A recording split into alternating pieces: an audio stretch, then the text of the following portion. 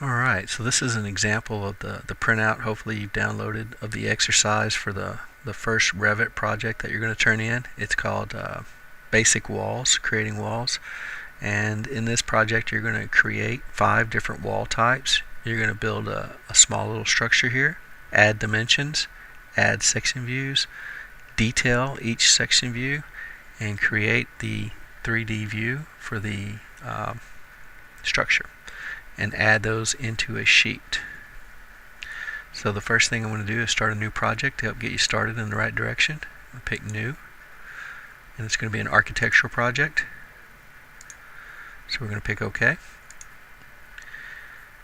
And the first thing I'm going to do, I'm not going to need these elevation markers, so I'm going to go ahead and hide those. So I'm going to pick on one with the left mouse button, right mouse click, and select Hide in View by Category.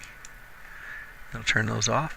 The next thing I'm going to do is create one of the walls. So one of the walls, if you notice, is a 8-inch concrete masonry unit. I'm going to create that one by using the Edit type. Again, you should have learned how to create the walls using the Create Walls video. So this is going to be an 8-inch CMU. So I'm not going to go into all the details about how to create this wall. I'm just going to make it happen, and you can review the other video for those details. I'm going to add the material for the wall, concrete masonry unit, and pick OK. And now I'm going to create the wall. It's going to be going up to level 2, and I'm going to use the core exterior, and using the dimensions on the handout that you can download from Blackboard, I'm going to go up 3 feet, over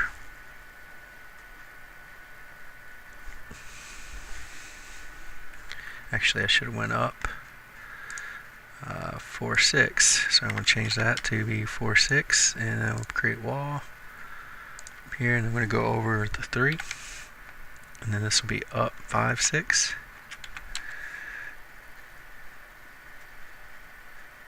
over 4,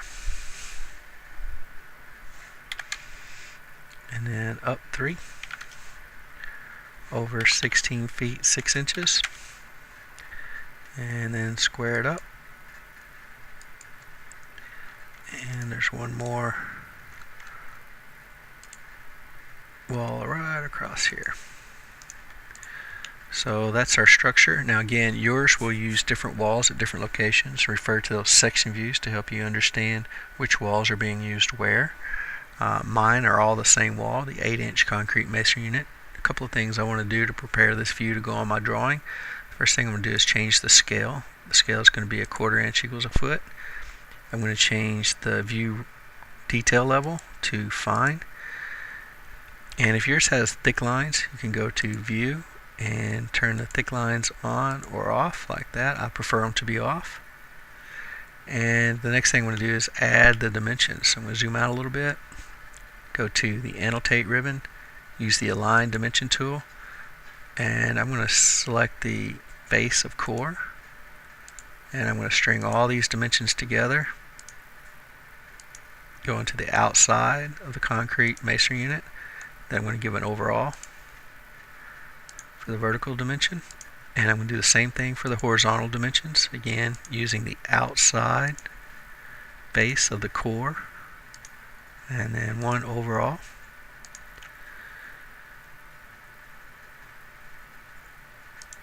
And the next thing I need to do is create the section views. So I'm going to go to the view ribbon, use the section view tool, place the view, and this little box is the scope of the section view. So I only want to section this wall, so I want to make sure that the scope of this section view only includes that wall.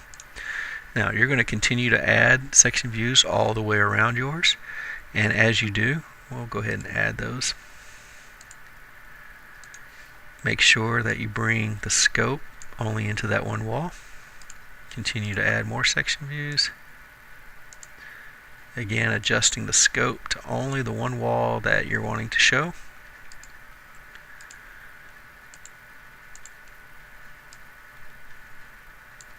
And one more. All mine are exactly the same. Yours, however, will be different walls, and that's why you're creating all these multiple section views. You can tidy these things up a little bit, move them neaten things a little, something like that. That looks pretty good. Alright, so that's the floor plan view. Notice that it's called level 1 in the project browser. And we can look at the 3D structure. If we click on our 3D view, we can see the structure. We can actually make that shaded so it looks realistic.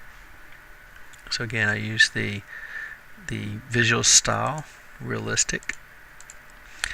And as we created those section views, Revit automatically created a view under sections for each of those section view labels that we put in. There's a couple of things that we want to do to clean this up.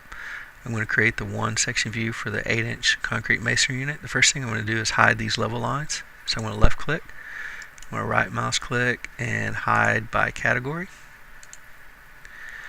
And over here on the section view properties, I'm going to scroll down and turn off the crop view. I'm going to change the detail level to fine. And finally, I'm going to add the material note. So I go to annotate, text,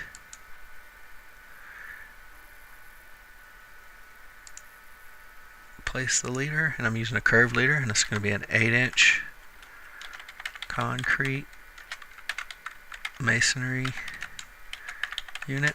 And hopefully that when you created that, you realize that is far too large of text to be using. So we'll select on that text note and notice that it's 1/4 of an inch Arial. This particular project standard that we started with has a 3/32 Arial, which is much more appropriate for this note. And you can always kind of move things around a little to situate it. So now the next thing we need to do is to create a drawing sheet to place all these drawing views on. So I'm going to go into my sheets. I'm going to right mouse click and select new sheet. Now I'm going to load the title block. You'll need to download this from the Blackboard shell. I'm going to actually load it from the server location.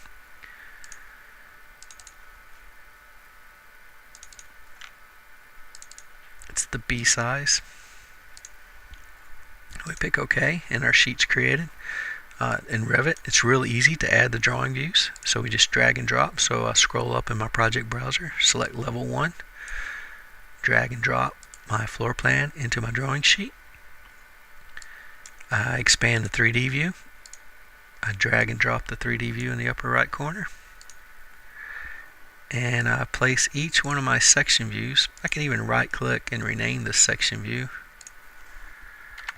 8-inch CMU. Probably should do that. Rename those to each of the wall types and then drag that section view into your drawing.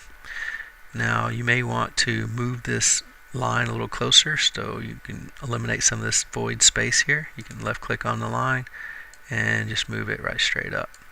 If you need to move the entire view, left click on the view and move the whole view.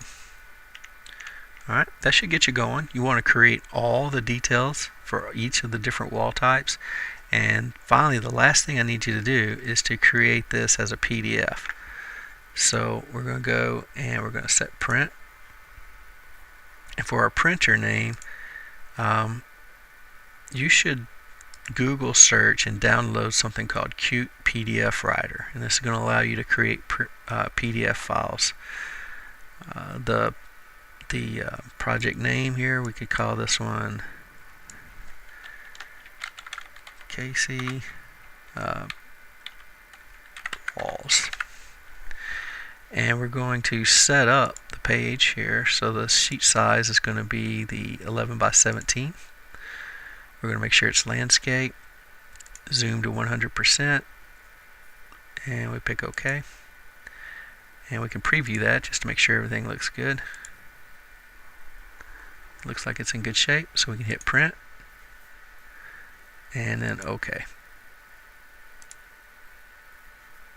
Make note of where the file is being saved. Attach that file back to the assignment and send it back to me. Submit it back through Blackboard. So we're going to put this wall back, Casey Walls there in My Documents, save. And before you submit that, it's always a good idea to take a look at that file and make sure that it's exactly what you expected. So yeah, it looks pretty good. Alright, that should get you going. If you have any questions or run into any problems, be sure to send me an email or give me a call. Thanks.